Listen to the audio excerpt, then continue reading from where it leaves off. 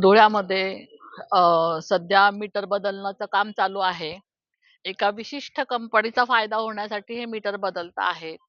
आता आम्ही त्यांना तेच विचारलं, की "तुम्ही मीटर का बदलता आहात?" तर त्यांनी सांगितलं, की "नाही तो म्हणजे रीडिंग म्हणजे घरी ऑटोमॅटिक रीडिंग इथं होईल आणि जर समजा जर तुमचं बिल जास्त वगैरे आलं, तर आम्ही ते बदलून देऊ."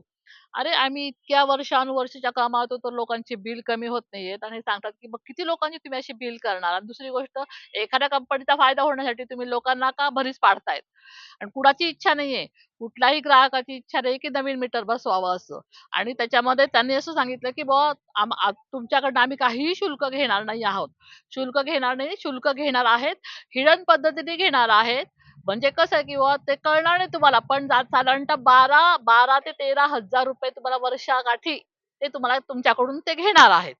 तर त्याच्यामुळे आम्ही सांगितलेलं मनसेकडनं आम्ही स्पष्ट सांगितलेलं आहे, की धुळ्यामध्ये आम्ही कुठलंही मीटर बसू देणार नाहीत आणि जर मीटर बसलं, तर मात्र आम्ही ते फेकून देऊ आणि मोठ्या प्रमाणात आम्ही जन आंदोलन उभं करू आणि आम्हाला अजिबात नाही चालणार. दुसरी गोष्ट आत्ताच एक 80 फुटी रोडला आता जस्ट आम्ही एक किस्सा दाखवला, की एका महिन्यात 400 एका बाईचं ₹400 बिल आलेलं आणि दुसऱ्या महिन्यात लगेच एका महिन्यात 1,87,000 बिल आलेलं आहे. बघा, काय म्हणजे कुठे चाललंय? काय चालला हा प्रकार? अतिशय अंधाधुंद कारभार चालू आहे इथला शासनाचा. तर आता आम्ही त्याचा तर निषेध करतोच. पण जर प्रकरण जर वेळेस ते आवरलं, तर आम्ही फार मोठं आंदोलन करू मनसेकडून. लोकशाही मराठी ऐका, पहा, जागरूक रहा.